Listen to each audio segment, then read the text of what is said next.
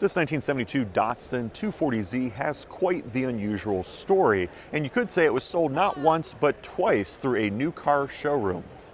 In 1996, Z-Car fans were not happy. The 300ZX was winding down and no replacement was in sight.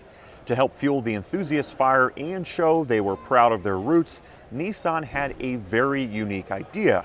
They were going to scrounge up 200 first-gen Zs, restore them with genuine Japanese parts, and then sell them in high-performing dealerships. They would cost around $25,000 and even came with a warranty. Several Nissan employees were tasked with scouring the country for suitable candidates, and foundation cars were bought for as little as $300 up to $3,500. A handful of shops handled the overhauls, and that optimistic total of 200 cars ended up dropping to just 37 completed builds.